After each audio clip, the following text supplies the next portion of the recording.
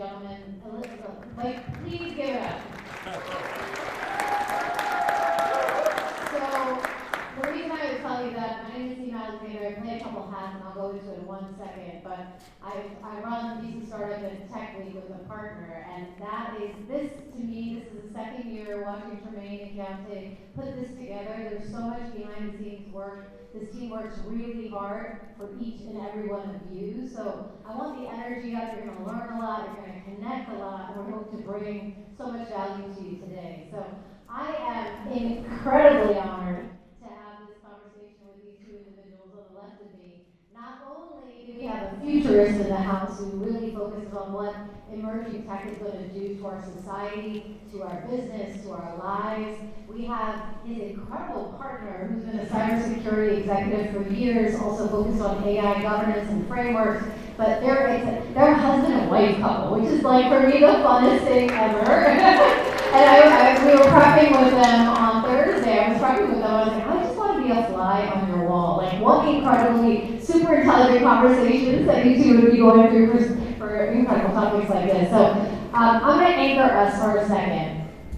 How many of you are nervous that AI is going to take your job? Raise your hand. Oh, wow, I love it. How many of you are excited about AI, what it can do for your job?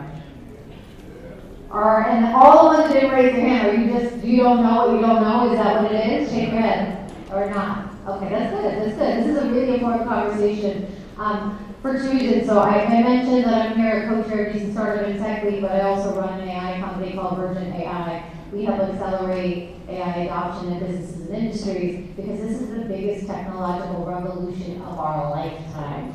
I just want you to understand what that means, right? I'm a 70s baby, so I went through this with the internet. I didn't get my first laptop till I was a junior in high school. And in that moment in time, we went from information all of a sudden being accessible in ways that we never once understood it, right? And with AI, we're in a place where intelligence is being accessible, data, decision making in ways that we never thought once was possible. We're redefining what's possible right now.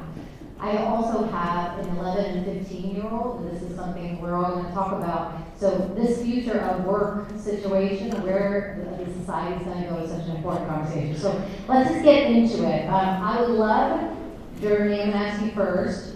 I'm going to do like a little bit of a dual perspective on the first one because I want to have some fun with you guys. But first, just introduce yourself, take a minute and introduce yourself. And if you could share why is this the best time for AI sort of that job market? And I'm going to ask you, Shayla, to do the opposite of that. Why is this not the best time? That sounds a bit like our normal day-to-day. No, thank you everyone. My name is Jeremy Treadwell. Thank you, Seema. Thank you so much to Tremaine and the group here at Keontae for putting all of this together. I will say, as I want to see if any of my students are here from Bowie State. Okay, that could have been a little better. But no, so I am a technologist by trade, a developer by trade. I've spent many years of my career building applications, websites, digital experiences, products and services for Accenture and many large global brands. And then, I won't tell the story now, but long story short, I build technology and she kind of helps secure it and protect it. So we have this kind of symbiosis in our household of just because you can doesn't mean you should.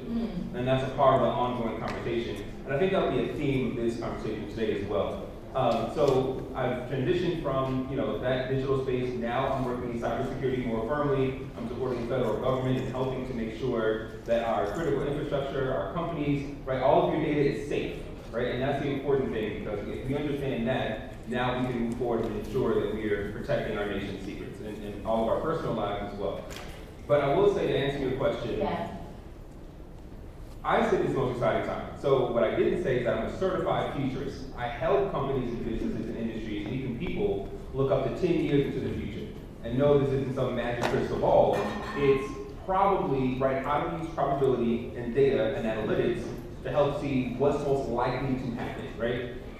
So with that being said, I believe, especially with AI, we're entering in this beautiful space of helpful mechanisms, right?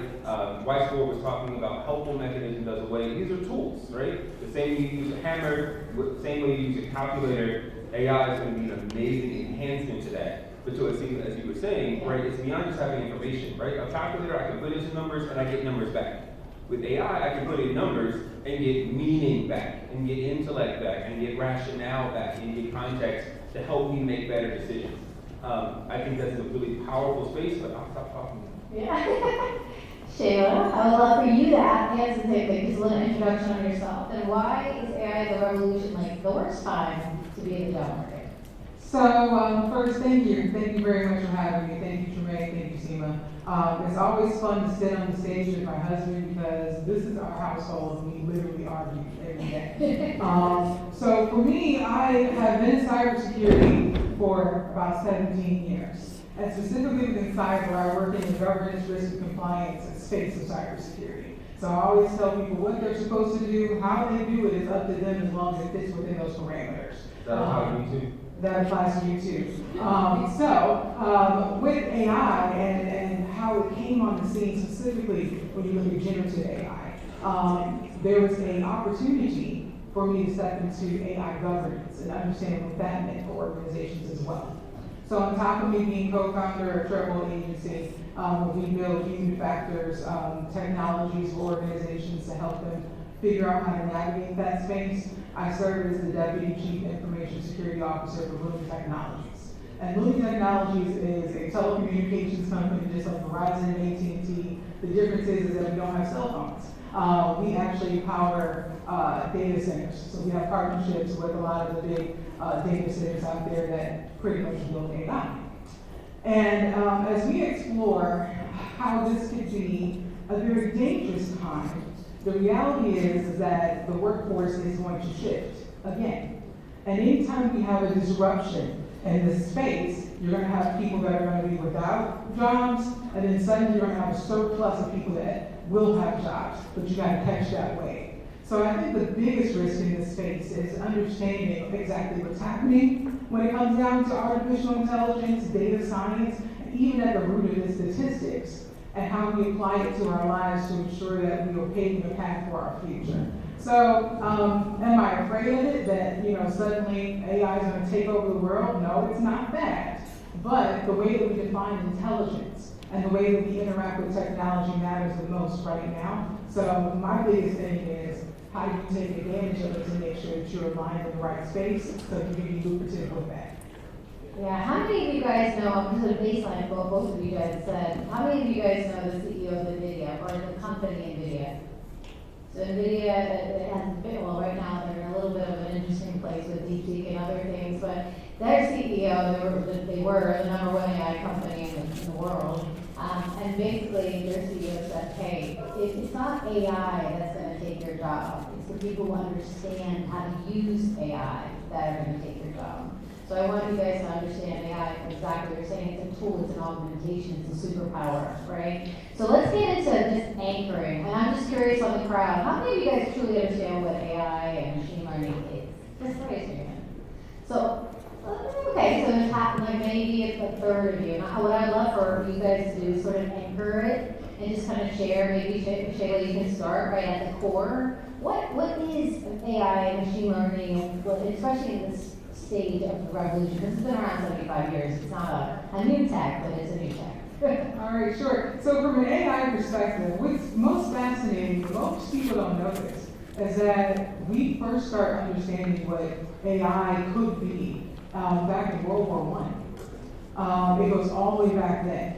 Because the reality is that from an intelligence perspective, humans were looking for, as Jeremy called, helpful mechanisms or technologies that will take care of the low-hanging fruit for us, the easy things, so that we can use that kind of power to get to an end, okay? It was, most people say Dartmouth University, probably in the 1950s, and suddenly when we had this term called artificial intelligence that emerged. Now, if we keep fast forwarding, because I'm trying to get really, really fast to where we are today. Over time, we saw people use artificial intelligence and programming and statistics, data science, things of that nature, to start with chess games. Can I actually beat a human at a game? Eventually, of course, that happened. It was a huge deal when we saw that. And then there is the Turing test, I think that's the name of it, right? That really was instrumental because suddenly we wanted humans to see if they can see the difference between a computer talking to them and a person talking to them. And suddenly that line got blurred a bit, where you couldn't tell the difference. Now, if we fast forward all the way to about 2010 or so, that's when all of a sudden generative AI and the whole concept of it started to kind of emerge. Because what we saw is that with technology, we wanted to take a input, I'll put it over here, and then they call it a bunch of nodes. Nodes is a bunch of information, a bunch of stuff.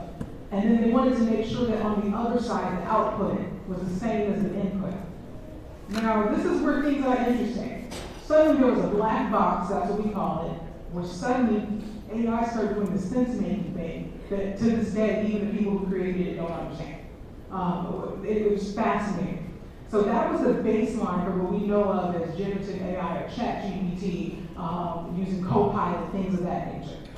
Now, what was interesting is that they said, okay, if you can do that, if I gave it something, and I said, can you give me something that's similar to it, can it do it? At that point, AI had learned so much that if I said, I want you to create a human face, it's going through an analytic process and it said, okay, I can construct that. And I don't know if you guys remember about 5 years ago, suddenly we started seeing fake people on the internet where it's like, this person is not real. Yeah, that was when we were testing out this whole function.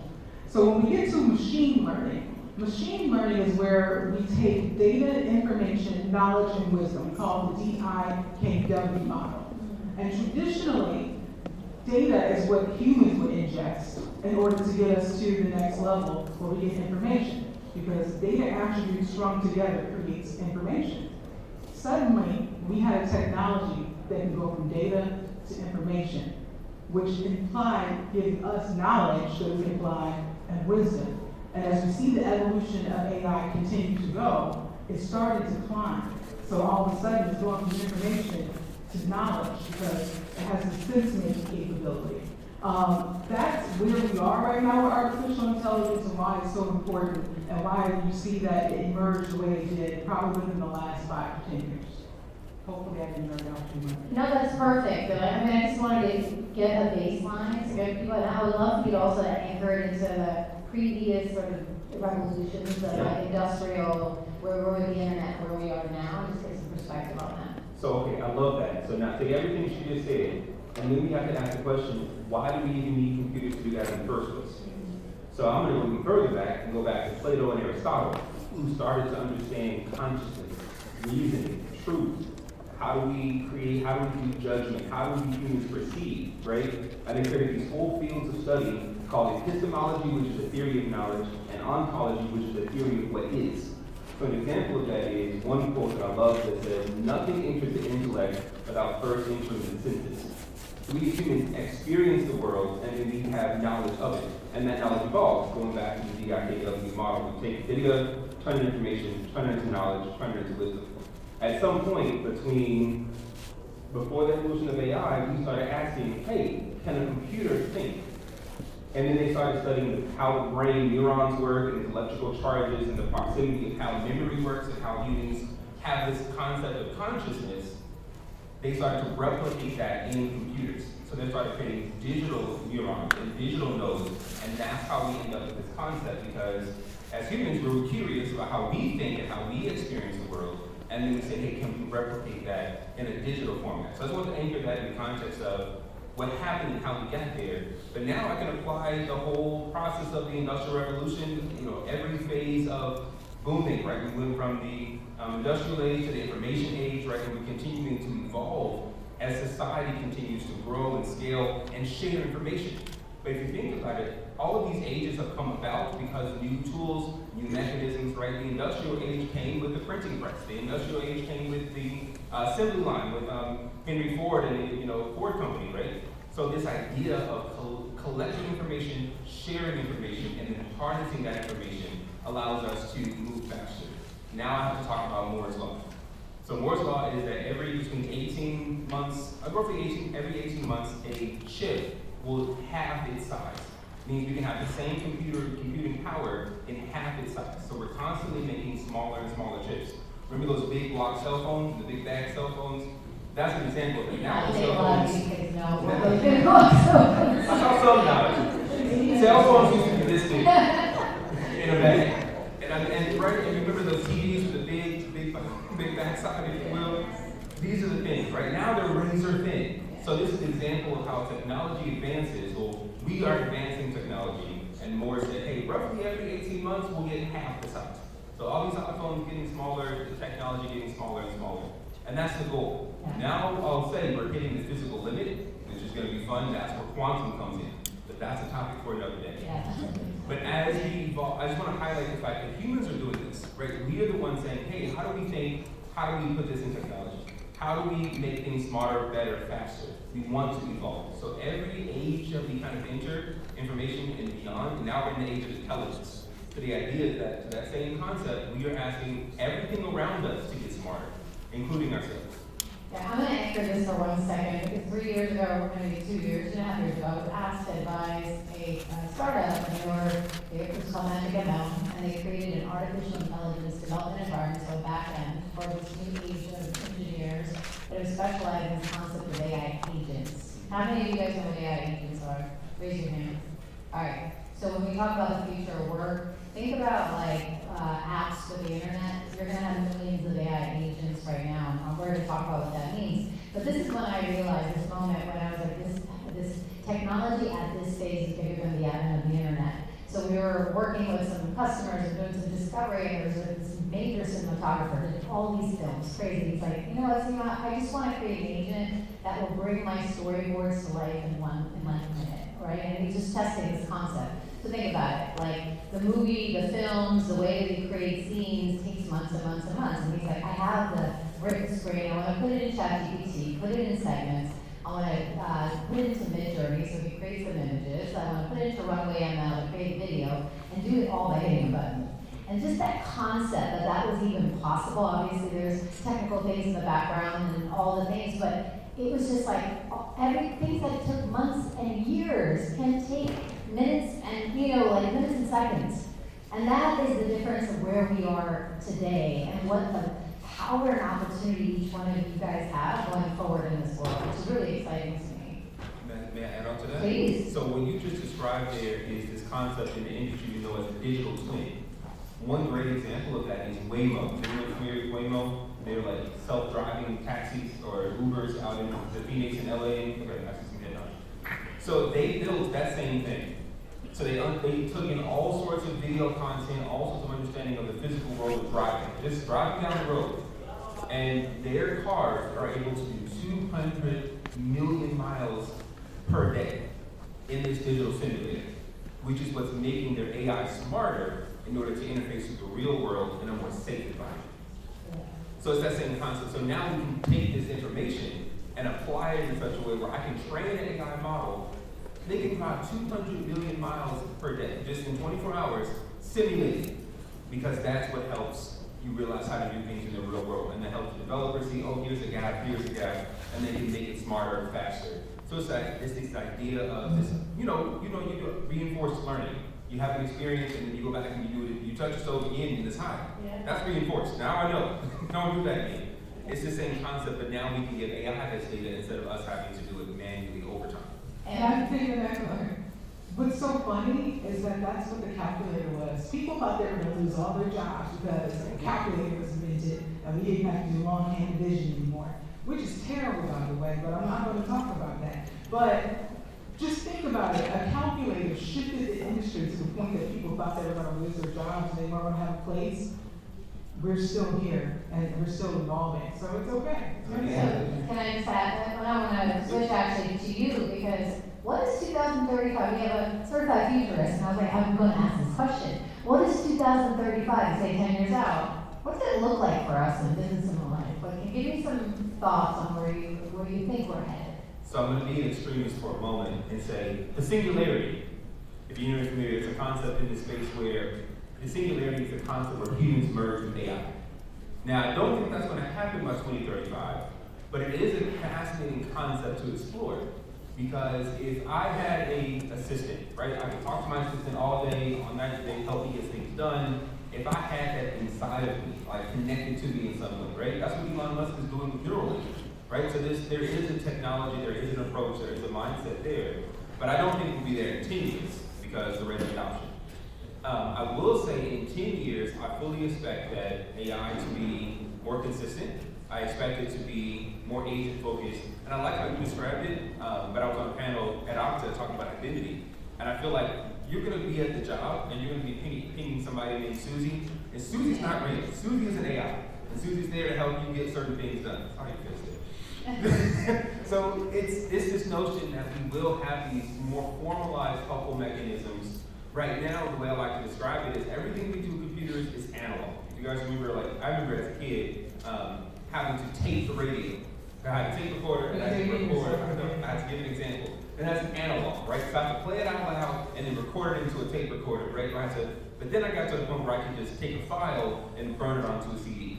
So the first example is an analog to analog, kind of transformation. But then I can do a digital. I can just pick a file, and hit burn to a CD, and it was suddenly on that CD, which is still old at this point. Then flash drive, right? But the idea is we're moving from analog to digital. And I think the same thing's going to happen with our technology. Who's tired of typing to get their papers done for class? How much time does that take to type all these little letters, all 26 of them with the apostrophes and exclamations? Who has time for that, right? As opposed to, I can just speak. I can just talk to the computer, right? Matter of fact, do I even need a screen? I don't even know the computer's gonna be there. Exactly, right? I've even seen AI technology that you can wear around your neck now, and it can interact with the world around you and give you context and intelligence to operate in your world more efficiently.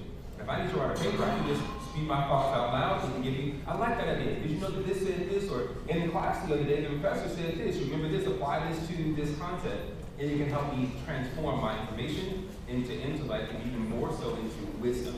And I think that's where hopefully within 10 years, we'll have the ability to, one, displace the technology in a way where it won't be, I'm staring at a screen or 5 screens, as my wife's going to yell at me about, for 8 hours a day, as opposed to really being able to get work done without worrying about Outlook crashing or trying to type an email. We'll have people doing the scheduling, we'll have people doing the transportation, we won't have to drive anymore. We'll have this ability to have a higher level thought and use of our human values and really define what humanity looks like when we don't have to deal with the manual interfaces of technology. So I heard it's going to open up human agency. So the things, how many people are like, I hate my job. Have you ever heard, maybe let's say your parents or your friends, whatever, I hate my job. A lot of times it's because it's laborious and repetitive. And a lot of that laborious and repetitive acts are going to be taken over by agents, AI, softwares, so you can focus more on more creative things, more strategic things, more relationship-based things, being happy. It's going to be a different sort of type of world. But let's get into the nitty-gritty about the jobs, because I think this is obviously one of the most pertinent things for this audience. And I'm going to read these facts so I don't get it wrong. I recently read the report from the World Economic Forum, the job report, which was from 2025. And they said globally there's going to be 170 million new jobs created with AI. There are going to be 92 million jobs displaced, right? So that leaves us with a net of 78 million jobs, in terms of a net increase. However, let's start with you, Shayla, okay? The 92 million jobs lost. Which industries do you think are most at risk of losing their jobs to AI and automation? Sure, I actually think that every industry will be touched in some shape, form, or fashion, but some will probably get touched more than others. Like I said earlier, it's all about the low-hanging fruit. What are the easy things that we're doing that we're not using our humanistic computation power, I'll say it that way, to do? It's all about the square peg and the square hole kind of situation. So any industry, the lowest hanging fruit, if it can be automated in any shape, form, or fashion, it's going to be automated. However, when you start to look at specific industries that are going to get probably hit the most, I know that transportation is probably going to be one that's going to be hit rather quickly from a futures perspective. We already have self-driving vehicles that are starting to emerge. So when you start to think about the taxi industry, Uber and Lyft, will shift a little bit. Delivery services and things of that nature, transportation is probably going to get hit very rather quickly. The second thing that you're going to see is brick and mortar retail will probably hit because I no longer need an individual. We see it in grocery stores and stuff all the time, but when you start to apply that to fast food restaurants, going to the airport, going to a store, they don't need a person there anymore.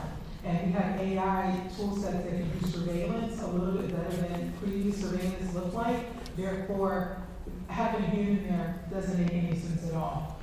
Even in banking, you're going to start seeing that when it comes down to like having a teller, or going into a bank and talking to a person probably won't exist like that anymore. That's even important as you start to think about travel, beyond just cars, even like in a plane and things of that nature. So pilots, things like that are gonna probably change as well. So I would say all that to scare people, because even in the legal industry, we're starting to see a decrease in paralegals as well that are supporting lawyers because they can use artificial intelligence to help with that. Anything that deals with data aggregation, probably, we can probably get someone to do that. But I don't think it's a bad thing. Hopefully, Jerry can talk about the business story. Yeah, Jerry, exactly. There are 170 million jobs that will be created, right? So what does that look like, right? What if I was sitting in this audience and what should I be, what are some of the industries that are going to thrive during this time? Absolutely. There's so many. But I actually wanted to add to what you said. I love this concept. Hey, I need to go to the bank. Go to the bank, there's AI there, right? But if you apply some of the logic I'm thinking in 10 years at least, you just need to think, I need to get this done at the bank. And my AI agent will talk to the AI agent of the bank and it's done. So how much time does that save me? One thought turned into execution and it's done. I don't have to do anything else, I don't have to go anywhere, right? So then we talk about AI agent to AI agent, because that's a whole other conversation. But as far as job creation, right, of course we have AI, the work itself, the development of the AI, the computer science behind it, the technology behind it. But let's look at the greater impact of things. Energy. Everything we're doing now runs off energy. We charge our cell phones every night, we have to charge our computers, our iPads, they're always dying. So that's another area that will be greatly impacted. I mean, our current energy US production is not strong enough to support, even if we all were to switch to electric vehicles tomorrow. So understanding the energy, we have the internet. I know that Japan just created an internet speed that can download, I believe it was 900 movies per day. Yes. I'm sorry, in 1 second, I'm so sorry. 900 movies in 1 second. How much data transference speed is that? Imagine if I had that same ability plus the computational power of the next 10 years, how much could be accomplished with an AI? So there's so many different adjacent industries, like energy, like servers, like the server centers and that sort of space, that are absolutely critical. And then thinking about the information. What are we providing AI? Who owns that data? Where's the data coming from? So we have a plethora of adjacent and related fields connected to AI that aren't even directly in coding or in tech specifically. So you have a lot of space to grow. I wrote down some exact job titles because I wanted to make sure I could do that. So a lot of these roles are not even prompt engineer, data science kind of roles. They're looking for data annotators, AI content writer. I know that there's an AI UI UX role that's coming out to help people with their experiences with AI from a humanities perspective. That's something that's really key as well. AI data collection contributor. So there are actually a lot of roles out there that are going to emerge that I think are going to help a lot. All right, we have 5 minutes, so I have a lot to cover. So I knew we were just going to get started, and we were almost done. But let's talk about the skills. So I'm here. What are some of I'm here. I'm either early in my college career or about to graduate. Upskilling is so important in this new phase. So what are some of those integral, skills that we need to become change makers, leaders in this next era? Sure, I think the biggest thing is that in the world of psychology, there's this thing called data amnesia, which means that we kind of have chosen to forget things because we rely on technology to do it for us. I will say, in order for you to thrive in this new information age, we're going to have to overcome that. That means that be curious. Curiosity is the biggest thing that you can do. If you want to understand how something works, dig into it. It doesn't take very long because you can use AI to help you dig into it. But be sure that you actually dig into things, because the roles that we are starting to see that are going to be displaced are surrounded by, like I said, those things that are easy for AI to do. So again, we get to go back to being human. We don't have to be little computers like that. So be creative, understand how things work, ensure that you're thinking about things from a critical thinking perspective. Because any role that you end up occupying, you're going to have to be an expert in it, because you're going to have to be able to tell if something's wrong with whatever the AI is spitting out. That's the biggest thing that I can tell you when it comes down to that. Well, I wrote down stuff too. And in 2011, the Institute of the Future, which is Futures Organization, released a report on future competencies. I wrote a list of them. The first one is called sense making. Anyone familiar with sense making as a concept? Making sense of things around you? So that's one huge one, right? Because I can have AI tell me anything, and I'm sure you all have heard of AI hallucinations. You ask it for a recipe, you ask it for instructions, and it gives you a recipe, because it doesn't know the difference, right? So there's still a lot of space in that arena. The next one is social intelligence, because AI still doesn't understand humans and how they think and function. So we'll have to understand each other in order to help evolve in this space. The third one is novel and adaptive thinking. Thinking is still uniquely human. Even though we're trying to pass that on to AI, it still lives with us. The next one is cross-cultural competency, which means how we relate to another, even different cultures, will still be important. And then computational thinking and new media literacy. So in other words, how do we engage with this digital world will ultimately transform us, but that's a skill set. And then a same organization a few years later came out with skills that experts expect to fade. And those are manual coding. Because we're entering an age where I don't have to manually build Instagram, I can have an AI build the app for me. Building AI systems, AI will be building itself soon enough. Scheduling/planning. Who's tired to find a time to meet? AI can handle all of that for you. Translation and localization. We already do that now with Google Translate. And then legal research and writing. That field will also be really impacted. And lastly, validation, right? Before we have to go through and find the paper, find the source, AI will help us do that so much faster. I want to anchor a couple of things that you guys said and kind of play this job industry roulette thing that I was talking about before we end with one last piece of advice from you guys. So I'm going to name an industry and tell me how you guys think that this will be facts, right? How you think it's going to change from perspective from AI. So IT infosystems. No longer need analysts anymore. I need more people who understand rule sets. Legal. Like I said, so no more paralegals, no more data research. Funny story about that though. Recently, a lawyer tried to use AI to write a case or write a response to a judge, and the AI completely made up the court cases. Yeah. None of them are real, but he didn't validate it. So he submitted it to the court and almost got disbarred. Yeah. But because we can't trust AI just yet, right? In other words, we're getting there, we're building it, but it's not reliable just yet. So I think the legal field will be affected by that greatly once validation is present. Okay, marketing. I'm going to take this one for 1 second, right? So the thing with marketing, you know how we talk about like one to many, like one campaign goes to so many people? The future with AI is going to be one to one. So you're going to have individual messages go out to all your potential customers and prospects because the AI can do that. And that's powerful. It's personalization, it's precision messaging. It's because we have the data to be able to do that for individuals. It's a huge one. Let's do medicine, and then I'm going to close it out with the final. When it comes down to understanding what's going on with the patient, you use AI to help share that. Berkeley is researching that space, and robotics assisting with surgeries. I think medicine is going to be super precision. Everything is going to be about you and not in terms of broad strokes. That's a major one. So if your child, niece, nephew was sitting in this audience, last thing here, what would you say to them to prepare for this AI class? I just want to reinforce it's not AI that's replacing you, it's people who know how to use it and own it that's going to replace you. So if I don't want to be replaced, that means I put myself in a position to be either the owner or someone who knows it very, very well. So please don't let it from your curiosity. Your curiosity will get you across the finish line. And I would say AI doesn't have a purpose. You do. So use that as a force multiplier to achieve the aims that you want to achieve. I love that. I would tell you this is the biggest opportunity for entrepreneurs and people in careers of your lifetime. Upskill yourself. You know, we talk about universities and other people having responsibility to help you, but you have the tools in front of you to start to learn this stuff right away. The more you learn it, the more you're going to be viable in the job market, and you're going to see so many opportunities. Many of you guys are going to be entrepreneurs in the future, which, again, the biggest opportunity of our lifetime. So with that, thank you so much. Thank you to both of our incredible panelists. Can you give them a round of applause?